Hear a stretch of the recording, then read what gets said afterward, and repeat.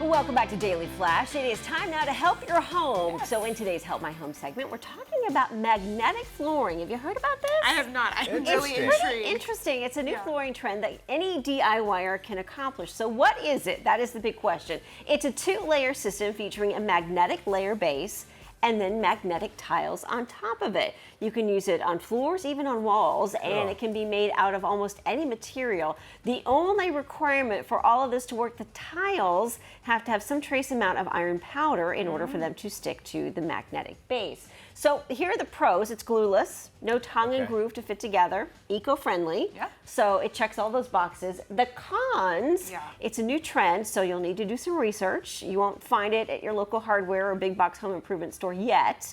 And since it's not readily available, it can be pricier than other flooring systems. But it's pretty neat. One other con, if you do install the magnetic floor, because it's so darn easy, you might be tempted to change your flooring look every year. Is that part of the draw to it? Mm-hmm. I can have seasonal flooring. You can have seasonal flooring. People come to my home at Christmas. The only other, like if I drop something metal and like it sticks to the floor, that would be the only thing about then your magnetic base is way too powerful. Okay, all right. Well, spring is also the perfect time to call your pest guy and prepare for the summer months. Mosquitoes, flies, ants, termites, small furry creatures can cause a major headache if you don't do a little preventative maintenance. Mosquitoes, so if you got them, remove any freestanding water. My gosh, yes. We know that well in Florida, right? Absolutely. When it comes to ants, look for cracks in the foundation. How do y'all get rid of the ants where you're at? I mean, because we have a huge ant problem because we have sugar control? pest control. Obviously outside there's that. like a pump and spray thing that I put in the corner. I have found there's. I wish I knew the name of them, but it's just like this little looks like a little stand that has a little thing, and they go up there and it tracks. It's like a roach motel for ants. Gotcha. And they seem like at least for the smaller sugar ants, it seems to work really, really well. You just put it down there for like a day. One goes in, takes it back, and kills the whole. We have problems colony. with fire ants. Yeah, which are the worst. Yes. Oh my God. Like I have an unrelated question. So I was in the kitchen and I saw an ant crawling across my stove. That's your mother's sister, or? Anyway, go ahead. I turned on the stove to kill it. And my boyfriend said that was like psychopath. No, I think that's perfect. He's like, you don't have to torture it. But I intentionally waited till it got to the middle ring, and then I Then you just turned it on. Am I a little bit? No, if it survived, it'll go back and tell the others. Yeah. And that's what you want. You want him to send a message. I vacuumed them up. So I don't know. To me, it seemed more humane, but whatever. Termites. If you've got termites, look for sagging floors or doors. Yeah. This could be a sign that you've got termites in your house. Also, spiders, clear drains, and fix any leaky pipes. This is where the spiders come up. And we all know the nursery rhyme. Yeah. Right? It's spider. Went up to a water spout. And I hate to mention this, but rats. Okay?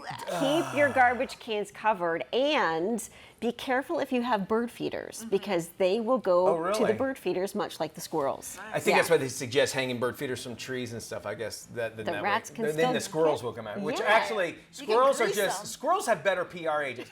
Squirrels and rats are the same thing. They just have furry tails. They're the exact same thing. They do. Better tails. Yeah, they have better tails. Squirrels are cute. Rats are. Yeah.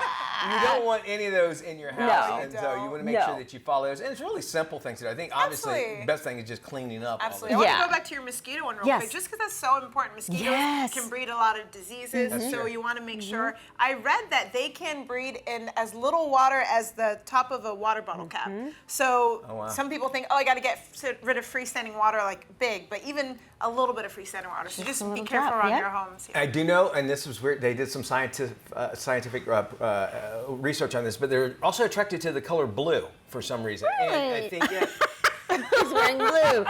Yeah. But they like blue for some reason. Like, so if you're outside and have a lot of blue, they seem to be attracted What to if I'm that feeling blue and I'm outside? Oh, then well, I think they... you might need somebody to Are the mosquitoes pull a little emotional? blood They do have an emotional They seem draw. to do that. Yeah. So I mentioned bird feeders as an attractor for obviously squirrels and rats, but they're also an attractor for bears. We've had them in our yard. We put out a bird feeder, and before you know it, we had a black bear crawling over our fence, and it demolished the bird feeder. My God. Yeah, right? Well, an LA family is going viral for what's living under their crawl space. The family had been hearing some weird noises under their house and found a black bear was the source of the noise. Holy cow, look at this. So thanks to a phone and a doorbell camera, the family was able to capture the entire ordeal. So he'd camped out underneath the house. Look out. Here we go, busting through. She's got a broom. Which is great defense.